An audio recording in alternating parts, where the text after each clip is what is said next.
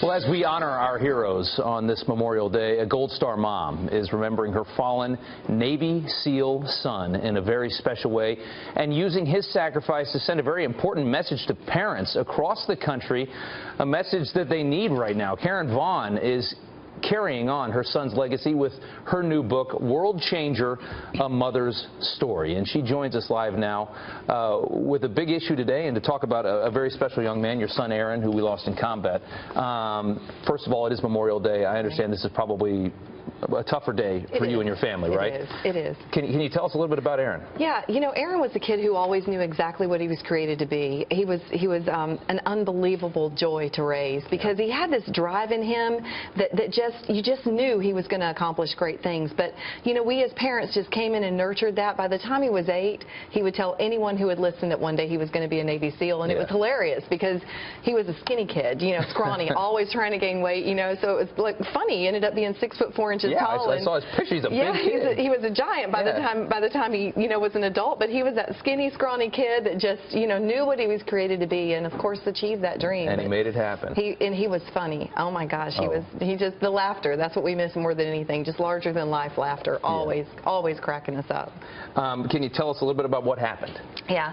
So on August 6, 2011, Rangers had been in an engagement for about 3.5 hours in the Tangi River Valley of Afghanistan. Remember, Aaron was a member of SEAL Team 6, and this was just 3 months after we took out Osama bin Laden. Right. And so the threat was heightened. Before that deployment, he actually explained to me that it was going to be, he had never said anything like this to me before, but he actually explained to me that it was going to be a very complicated deployment.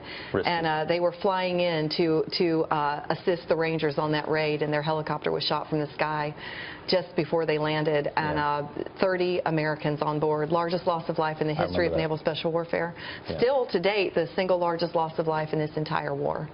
So it was just one of those days that changed everything forever. It's terrible to hear, but it sounds like you had a very wonderful young man for the time that you had him, who really set a goal and achieved it in the short time that he was here, and a child to be very proud of. Absolutely. And I can tell just by the way you talk about him, even in the commercial break, you know, you're just so proud to be here this morning and just so happy to tell that story. I want to talk a little bit about your book. Because I think it is so pertinent right now. By the way, if we can bring it up, here. I'm going to show everybody. That's what it looks like when you go to the bookstore. There's a full screen, even better. We live in a generation right now, and I've always had this complaint for at least the past few years as I've gotten older, because a lot of these complaints come to my generation as well, of people that are just very passive. Right. I meet people all the time my age and younger that don't even watch the news, don't really care what's going on in the world. Are we living in a bubble right now where this next generation, you know, kind of can be that way?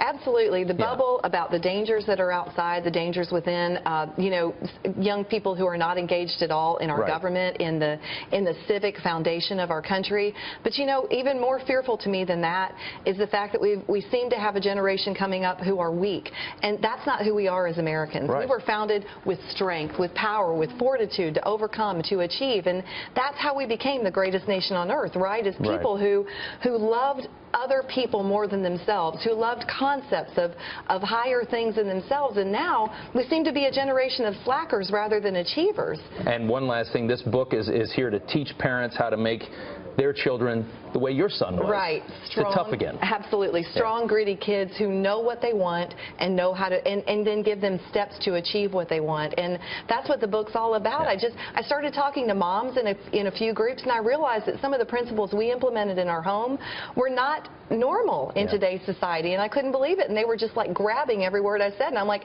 I'm writing the book.